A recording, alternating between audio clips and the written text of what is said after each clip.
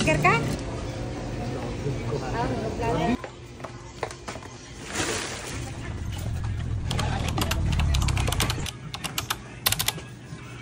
Mapagpalang araw mga Kingpins ito at dumating na nga pala itong order natin na pugo ngayong araw. At hindi nga namin agad napansin na nagkaroon pala ng damage itong mga diniliver sa atin na pugo. At yung mga nagdeliver at nagbuhat din nga nito ay hindi nga tayo sinabihan na meron nga palang mga yupi itong ibang kahon. Bali nung nakaalis na sila at i-display na nga natin itong itlog pugo, saka lang natin napansin na may damage pala. Siyempre hindi naman tayo papayag na ganito lang to, kaya bibilangin natin to at ipapa-refund natin dun sa tracking. Nang sa gayon na hindi din tayo malugi at 110 boxes nga itong ating in-order. Tamang-tama nga at kakaubos lang ng ating itlog pugo. Ino-offeran nga tayo ni supplier ng 200 boxes. At mas mababa nga sana ang bigay niya sa atin kaso hindi natin yun kayang ipaubos agad. Alam nyo naman na hindi pwedeng mag-stock ng matagal ng itlog pugo dahil nasisira nga ito. Ang nangyayari parang nagiging balot siya, nagkakaroon nga ng sabaw at tumitigas yung puti. Yung kinaibahan nga lang ay wala siyang sisiw sa loob. At kapag ganun na nga ang itlog pugo ay hindi na natin matutuhog para gawing quick-quick. Minsan talaga maganda yung mga binibili natin na may mga discount, pero paminsan nga ay kailangan din nating isipin kung kikita ba tayo dito o malulugi pa nga tayo. Maghihiwa nga pala tayo dito ng pusit na 10 kilos at magtitinda nga ang 3 food cart natin, kaya medyo marami-raming calamares ang ating lulutuin. At mahabang oras din na makukonsume natin dito sa paghihiwa pa lang nitong pusit. At kahit matagal nga ako dito matapos sa paghihiwa, hindi naman ako dito boring dahil meron namang batang nakikipag-usap sa akin. Bago nga pala natin simulan sa paghiwa ito at hasain muna natin itong kutsilyo nang sa gayon ay mas mabilis nga ang ating paghihiwa. 6 na kahon nga ang itlog pugo natin na may damage at ito dinala na nga natin dito sa Joro Express sa kanilang opisina. At heto binibilang at chinecheck na nga dito ang may mga basag, nang sa gayon ay makapag-claim tayo ng ating refund. At eto after ma-check nga itong itlog pugo, nagsabi nga yung tao nila dito sa office na magme-message na lang daw kapag magre-refund na. So ayun, i-update na lang namin kayo mga Kingpins kapag nakapag-claim na tayo sa kanila ng refund. Nag-deliver na rin nga pala dito si Bonsoy sa ating mga food cart ng ating mga pagkain na naluto na. Bali itong unang nga niyang hinatidan ay ito si Beng na nakapwesto sa harap ng Liceo. At ang panghuli nga niyang hinatidan ay nakapwesto sa Capitol. After niyan, dumiretso na rin siya dito sa palengke. Pumunta na rin siya dito kaninang umaga sa palengke para tingnan kung may pusit na tinitinda si Kuya, pero wala pa nga daw. At mamayang hapon pa nga daw darating yung mga pusit niya, kaya ito bumalik na si Bonsoy ngayong hapon. Hindi naman tayo nabigo at marami talagang dumating na pusit dito kay Kuya. At lahat nga ng available na pusit niya dito mga Kingpins ay binili na nga natin. Hirap na nga at baka maubusan na naman tayo ng stocks nito. May mga buwan pa naman na matumal ang huli nitong mga pusit na malalaki. Ang galing din nga ng diskarte nito ni Bonsoy, inaangat niya nga itong pusit nang sa gayon ay tumulo nga ang tubig. Sa totoo lang dagdag kilo din nga kapag matubig yung laman ng pusit. Good job talaga to si Bonsoy utusan, mga ganitong tao talaga ang hindi mo maiisahan. After nga dyan nila magkilo, nilagay na nga lahat sa plastic at itinginarga na nga ni Bonsoy dito sa tricycle. Pagkadating nga ni Bonsoy dito sa atin, hito at kinilo, hiniwa at inilagay na nga natin sa plastic nang sa gayon ay malagay na din sa freezer. Sa mahal nga ng kilo ng pusit, kailangan talaga natin na maiwasan na masiraan tayo. 3